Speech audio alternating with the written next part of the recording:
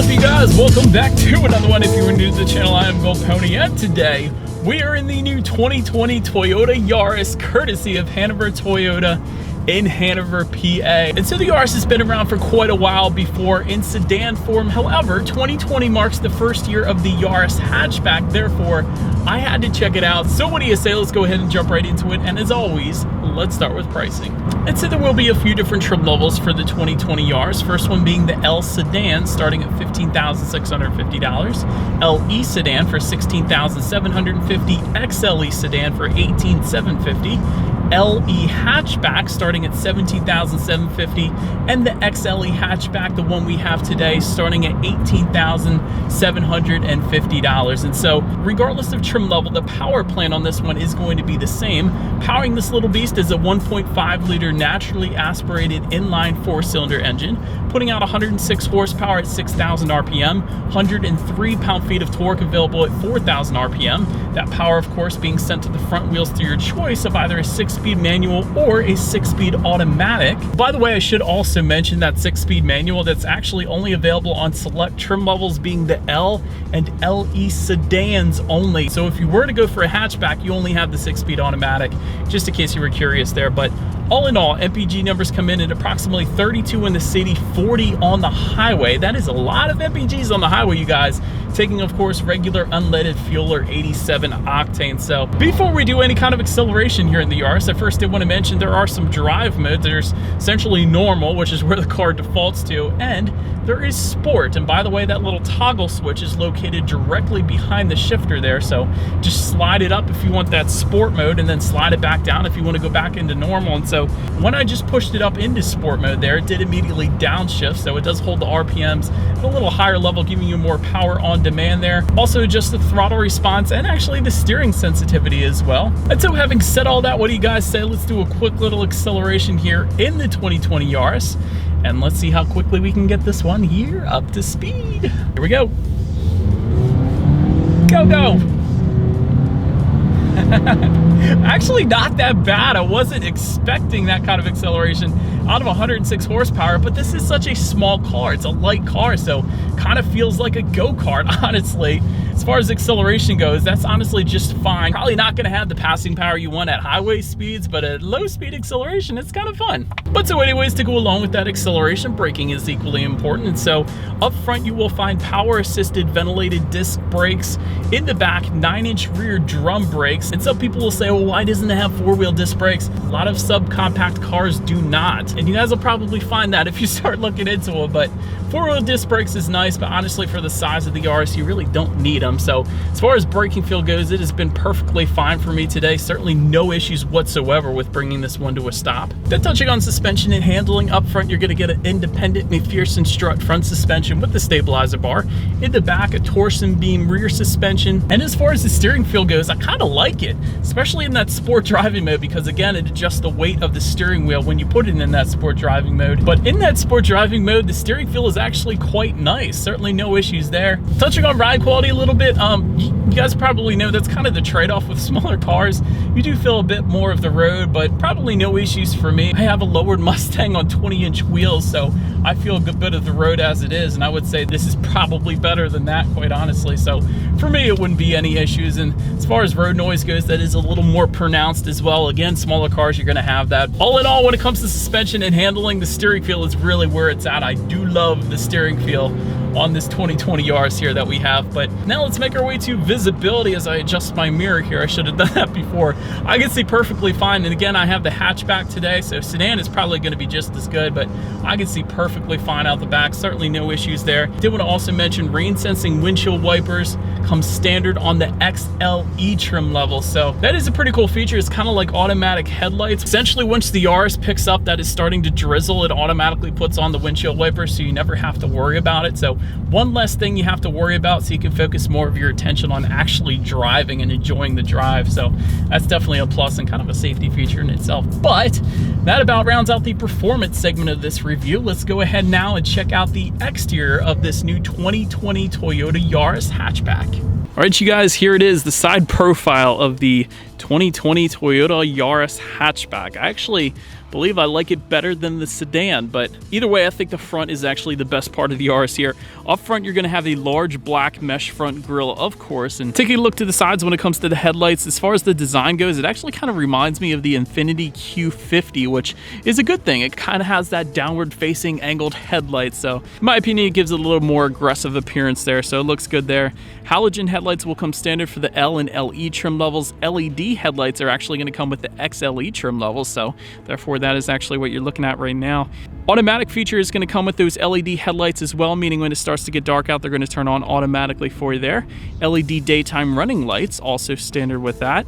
And we'll say if you go with the LE trim level and up, you're going to find fog lights incorporated into that lower portion, lower corners of that front grille. I thought that was kind of an interesting placement. Rather than putting it actually on the body, they incorporated it into the grille. I kind of like it, actually. It's different. And so anyways, making our way to the side on this one, body colored power adjustable side mirrors will actually come standard on all trim levels, and they will be heated with LED integrated turn signals if you were to go with one of the XLE trim levels.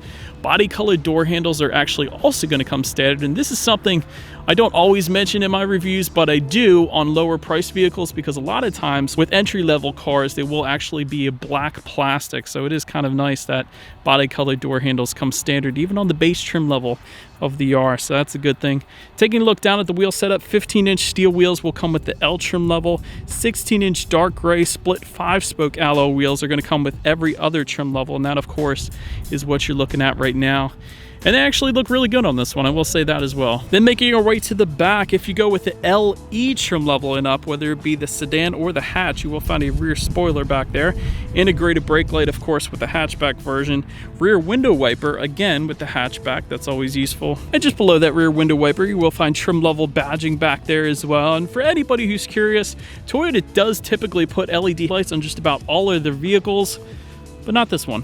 Just in case anybody was wondering. But anyhow, just below it all, I like this too. Single exhaust outlet with a chrome tip actually for all trim levels, and it is exposed. A lot of manufacturers these days are tucking it up underneath, and in my opinion just does not look as good as the good old-fashioned exposed exhaust outlet with the chrome tip. So you guys know what we have to do next. As always, here is that exhaust clip.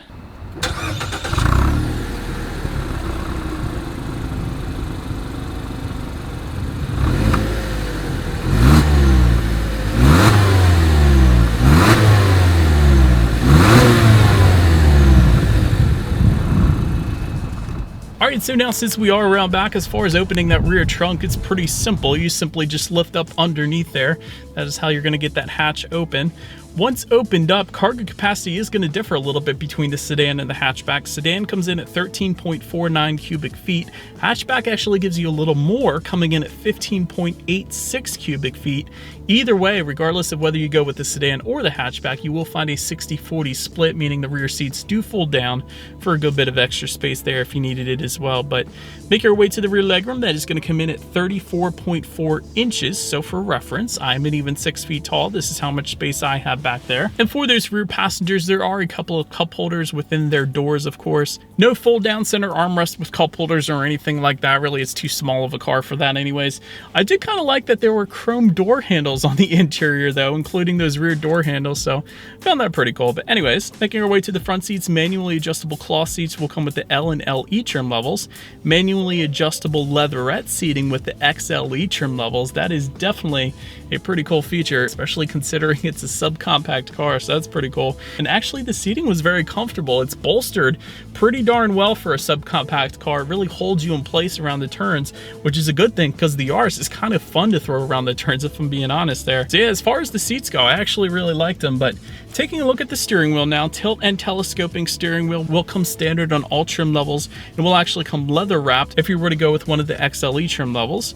Then make your way to the startup. Let me first start by showing you guys the key here. It actually kind of reminds me of a Mazda key, to be honest. Everything is all on one side. You got your Toyota logo on the one side, lock, unlock. And as far as starting this one, there is a push button start if you were to go with the LE or XLE trims. So essentially the L is the only turnkey ignition left as far as the Yaris goes, at least. But so all I'm going to do is simply just put my foot on the brake and press that engine start button, which is located kind of in the bottom right hand corner of the gauges, kind of, so to speak. But anyways, once started up, tachometer is going to be all the way on your left in digital form. Speedometer is front and center, and again, there is a digital display to the right as well. On the right side, it's going to give you your outside temperature as well as how many miles you have left until you hit empty, which apparently for us is not too many left here. But so then touching on overall interior quality, I do kind of like that chrome trim. It kind of ties around the air vents, then kind of a metallic aluminum look just above the passenger side glove box that ties together the air vent in the center as well. So that's a pretty cool design there. Got some leatherette finishes above the glove box with some blue stitching. And by the way, that blue stitching carries on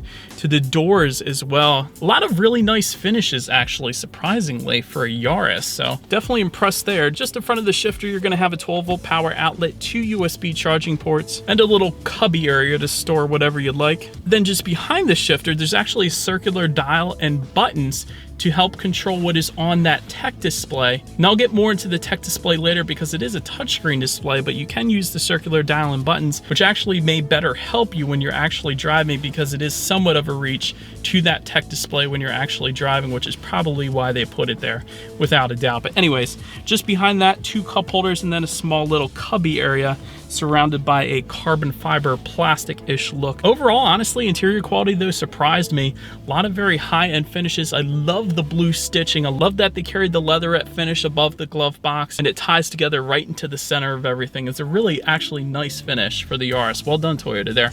Overhead sunglass holder. I don't want to forget to mention that on the roof as well. But making our way now to the tech display, 7-inch color touchscreen display for all trim levels actually. And again, you can use the touchscreen or you can use the circular dial and buttons behind the shifter. Either way, it gives you Bluetooth and audio streaming, Android Auto, and Apple CarPlay, which is a new feature for the 2020 Yaris. So therefore, if you have a smartphone, all you need to do is simply hook it up to the Yaris, and that gives you free navigation through your smartphone, as well as the ability to like and dislike your Pandora songs up there. And there's a couple other compatible apps, of course, as well. And of course, you can also check out your radio settings up there. And by the way, when it comes to the sound system, every single trim level will give you that same 6-speaker sound system. So therefore, that is what we have today. So what do you guys say? Let's go ahead and turn on the radio here, see what we got playing today, and let's test out the clarity of this one.